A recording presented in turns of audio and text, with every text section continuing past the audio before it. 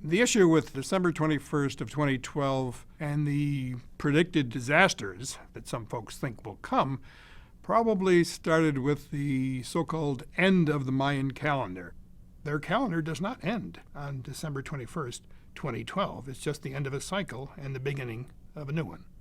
It's just like on December 31st, our calendar comes to an end, but a new calendar for the next year begins on January 1st.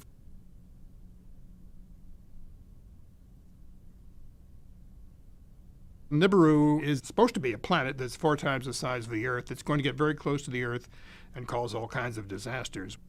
So this enormous planet is supposed to be coming toward Earth. But if it were, we would have seen it long ago. And if it were invisible somehow, we would have seen the effects of this planet on the neighboring planets.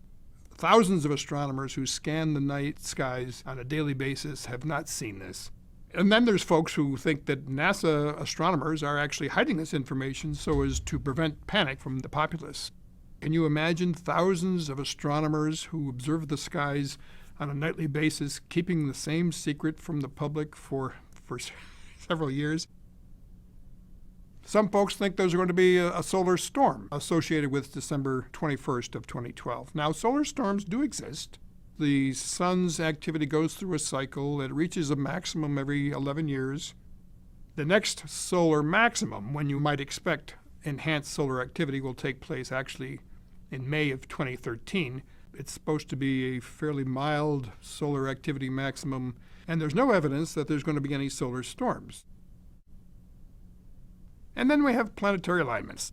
There's a planetary alignment. The sun, the Earth, and some of the planets are aligned, and this is going to cause some tidal effects on the Earth that are going to be catastrophic. Well, first of all, there are no planetary alignments in December of 2012. And even if there were, there are no tidal effects on the Earth as a result. The only 2 bodies in the solar system that can affect the Earth's tides are the Moon, which is very close, and the Sun, which is massive and also fairly close. But the other planets have a negligible effect on the Earth.